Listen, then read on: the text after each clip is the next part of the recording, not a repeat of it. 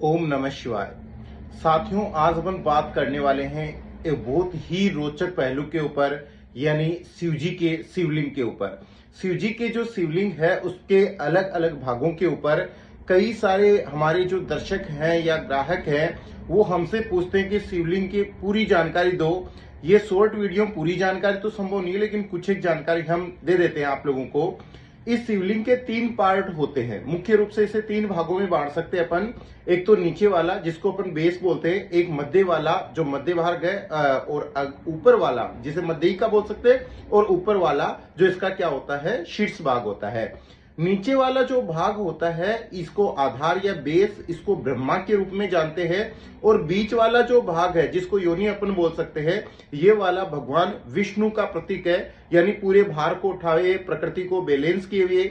और ब्रह्मा जी वाला है वो सृष्टि का निर्माता, जिसके ऊपर पूरा टिका हुआ है ये शिवलिंग। और ऊपर वाला जो भाग है ये शिवलिंग है, यानी भगवान खुद शंकर है, जिन्हें बीज रूप में अपन मानते हैं। बीज रूप में अपन मानते हैं, जो अंडाकार रूप में अपन ऊपर वाले हिस्से में देखते हैं। अब इसके और छोटे छोटे भाग और है जिनका महत्व भी हम बता देते हैं। जैसे ये शिवलिंग होता है तो शिवलिंग में ये खूब सारे इसके पार्ट होते हैं, यानी इसके भाग होते हैं। यानी इसका जो राइट वाला ये जो भाग होता है, जो आप लोगों को दिखाई दे रहा है, ये राइट वाला भाग ये भगवान गणेश जी का प्रतीक होता है। और जो लेफ्ट वाला भाग है, यानी जो दायां भाग है वो गणेश जी का है।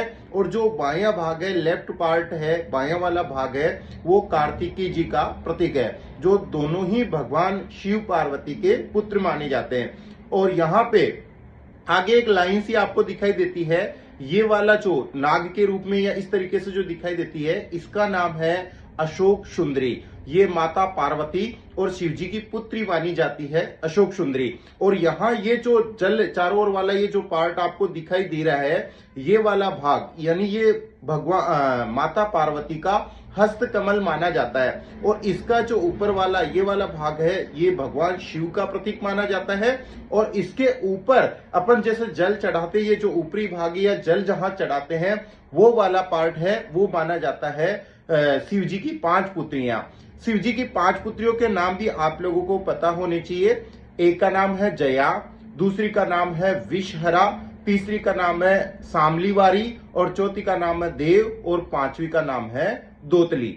ये 5 हैं नाग कन्याएं हैं, जिनको भगवान शिव ने नागों से रक्षा की थी, बचाया था या उनको मुक्ति दी थी।